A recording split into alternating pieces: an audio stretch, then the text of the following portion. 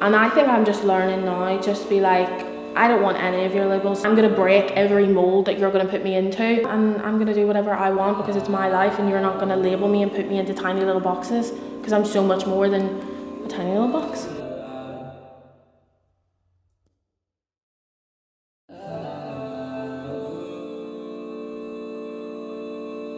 I'm called Cassie Logan. And I'm currently a final year student. I study law at Ulster University. I was born in Belfast and like raised in the Cave Hill, but my dad is Zimbabwean and my mum's Irish, so I'm just like mixed race, Zimbabwean and Irish. So I went to St. Teresa Blajeux, but it was like all white, so there was literally no other, well, not that I can remember any other black people there. When I went to secondary school, it was like the same. I was the only black person in my year. I got used to that. Like, I genuinely did not notice that I was like different until people pointed it out to me. I just wanted to do everything possible to fit in. Like, just even the way I was, like my attitude or whatever, like I was just like, oh, I think I need to like quiet myself down, and because I think I always got the like, oh, she's like the big loud one. I just felt like I really had to change to fit in, and I struggled right up until I was like 18 with it. And then I had this like weird, I call it an epiphany, or like a watershed moment, where like I seen, you know, Lupita Nyong'o. She won an Oscar in like 2014, and I was like, oh my god, like she's unbelievable, and she's way darker than me and has like a smaller afro. We do not look alike. But I don't know, for me, I was like, oh my god, like she's so beautiful. And then kind of clicked with me. I was like, why do I want to be like everyone else? Or like, why would I want to be white when, like, look at this like amazing black woman? So I want to be like her too. And that's like another part of growing up. Like, if you grow up being raised by white people, like obviously they're not going to know how to do afro hair, and I don't expect them to. And I think my mom did try her best. Like, she always used to be like, I used to take you to the deer shop on the Lisburn Road and get you like everything for your hair, but it's so hard to manage because it's such a big thing for black women, their hair. When you're not taught how to do your hair, and then you grow up and you're like trying to navigate like how to do it, and I feel like also you get like judgment from them, from other black people, because they're like, oh, you don't know how to do your hair, like look at her lace front, or like look at her afro, it's like so shrinked. Or, and I'm like, what am I meant to do here if like I'm getting judgment from other black people, and then like people are like, do you wash your hair? Is that real? Like, I'm like, oh, Lord save us. I'm really confident with my hair now, but I just feel like that has came through like seeing other women wear afros, and like a lot of like, I don't know, is it self-love or something, like. But it did take me years, and there is still days where I'm like, I really just wish that I had like some long wig or something, you know, because I'm like, this doesn't suit this outfit, or this doesn't, just ridiculous, because hairstyles don't suit an outfit. But I think it's been like so maintained, and just like when you're looking at an outfit in a magazine or Instagram, it's always like this long hair. So how do you identify with the labels of black, mixed race, or what does it mean to you? This is like a constant battle in my life. I would go in between saying that I'm mixed race and that I'm black, but most of the time it's like I'm black. I've had people say to me, oh, you don't claim your white side, and I'm like, what are you talking about? Like, I say I'm Irish through and through. Like, I would rarely say, oh, like I'm African, because I don't feel as connected to that. But that's in my makeup. Like, if I had the chance to be able to connect with that more and like find out more about like my cultural heritage, I 100% would. We can be black and be so much more than what people like vision blackness to be. I study law, and when I tell people that, they're like, really? Law? And I'm like, well, they're like, you don't look like a lawyer. And I'm like, well, what does a lawyer look like?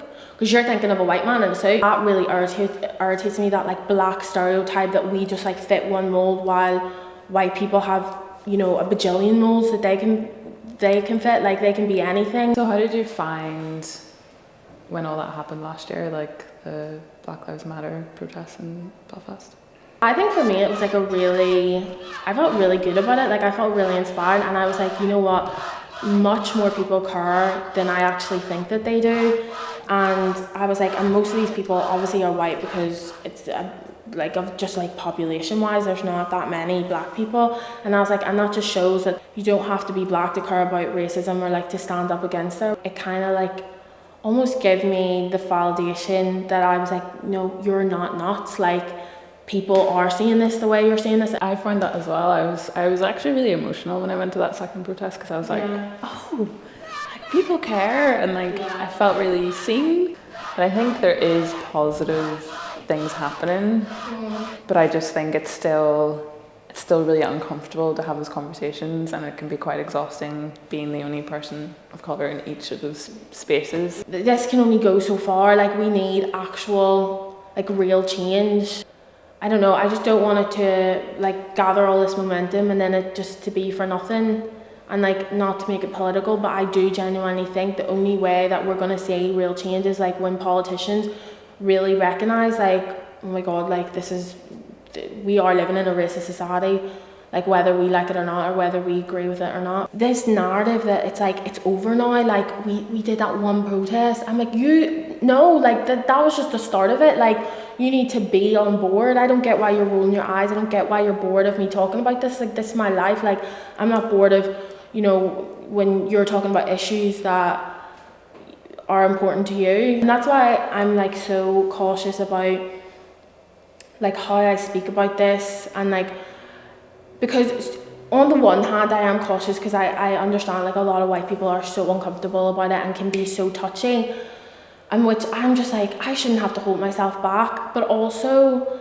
like, I never want to come across that I'm like, don't like white people or something, because I was raised by white people, my best friends are white people, like, I don't want anyone to ever think that, but at the same time, people need called out on their behaviour. We actually can all be in this like together, and I think it won't be better like at the end of it if everyone is happy and like everyone is like, you know what, I'm so happy they achieved that. Yeah, I think, it's striking the balance, but I think it's on white people to hold that space for us without throwing their guilt on us. Like, that's what I struggle with. Like, I find like I can't really fully go into what I'm saying because I'm aware that they're just going to be triggered and feel guilty and apologize. And it's great that people are empathetic, but they need to check themselves a little bit more rather than just being like, because they're not sitting with the discomfort of it. You know, like, a lot of people have become aware that they're white and that they are seeing the injustice.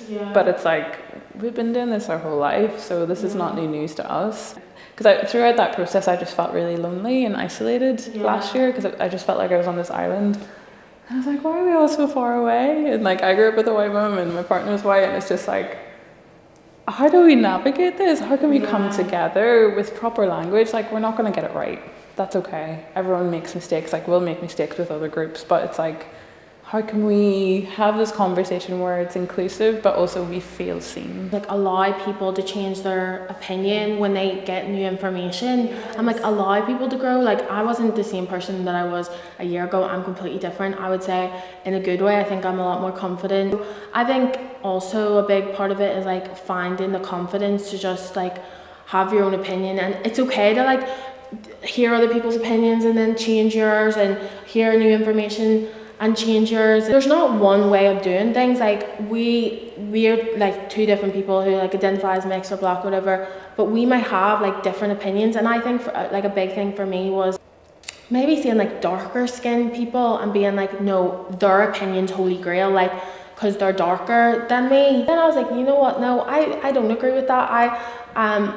I believe this. And do you think that comes from because you're mixed and they're like fully black? I feel like a part that people don't like realize is that sometimes I feel extremely, even more judged by dark skinned people than white people on everything, like on, well, you're not African enough, or like, you're not black enough, and I'm like, black, but what is black enough? Like, what am I not enough for? Like, and then, so if I'm not black, I'm not white, where am I? And then I suppose like, if I complain about that, then they can complain like, oh, but your skin color's more preferred, or but both are valid. Yeah, but both, that's what I'm saying, but I'm like, that is true. Like, when it, like with music and stuff, like, I am the biggest Taylor Swift fan, and I don't care. I scream, you belong with me, from the roofs. I jump up and down, I shake it off, I don't care, I love her. And people are like, you're so white. And I'm like, why is that a white thing? Why is Taylor Swift a white and a black thing? Like, why do I just need to listen to Tupac and Biggie Smalls all the time? Like, No, I love Ariana Grande, and I will say it. Like, I love Harry Styles, and I will dance around my room like a 12-year-old. Like, I don't care. Like, this whole black thing, it's just not for me. I can identify as black, but I'm so much more than being black. Like, I just hate the labeling, and that you have to be this way, and you have to act this way, and it's cool to be this. And I'm like, number one, you're too old to be still using the word cool. Like, who cares about that? And I think I'm just learning now, just be like, I don't want any of your labels. I'm gonna break every mold that you're gonna put me into, and I'm gonna do whatever I want because it's my life, and you're not gonna label me and put me into tiny little boxes, because I'm so much more than a tiny little box.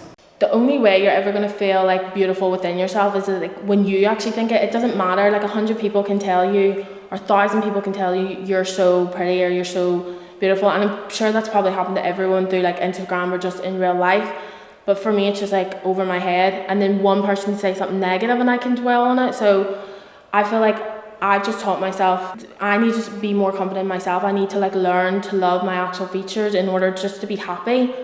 So I feel like I am doing that. It is hard, and it's like a process and a journey, but I feel like I am kind of like teaching myself just to be like, no, your hair is actually class. Not to be cocky again, but like your hair is class, and like you do have a nice body, and you don't have to like fit again like that one mold. You're inspiring me. I feel a bit emotional. Just like it's so powerful, and like I crave, and I'm gonna work on it. I'm actively working on it. Yeah. Like I just, because there's been so much of my life where I, similar to you, I've just wanted to fit in. It's been such a journey. Like it's so, Yeah. it's like an everyday thing, you know. Like okay, I'm just gonna be myself and double down on expressing who I am and not feeling constrained by all the labels. And I think I allow myself to get too caught up with how people see me. I think and I get too caught up with people staring at me, and then I end up kind of just shying away. And I think this year I'm just learning to take up space. Yeah. And I'm learning to like just push away the perception of, you know, what people think. And that's why I'm really inspired to do this documentary, because I'm like asking everyone like, how do you think people see you, and then how can we smash that mold and recreate our own identity? When I think of how other people see me, I always think it's like a negative thing. And I was talking to someone, and they were like, you're always thinking that that person's thinking negatively, but how do you know that like people aren't viewing you going, whoa, like she's really cool, or like her hair is really nice? And although it's not nice, like when 1,000 people stare, like I walk into town and everyone's like, yeah, do you know what I mean? But I always feel like when we think of how other people view us, it's like negatively. But realistically, like I look at you, I'm like, oh, her jacket's cool, I might get that, and I like her hair, and I like her earrings, and you're like your whole outfit or whatever. So I think it's always important to remember that, like, although the world is like can be so negative and people are like whatever staring, but a lot of people are viewing you in like a positive light, and they're like complimenting you like in their heads or whatever. That's like a little practice I have in my head, like stop thinking that the whole world's against you, and they're all thinking like her big fat thighs and like fat ass and like big hair. Like they're probably not thinking that, and if they are, then that's on them. Again, something that they feel in themselves. It's very powerful.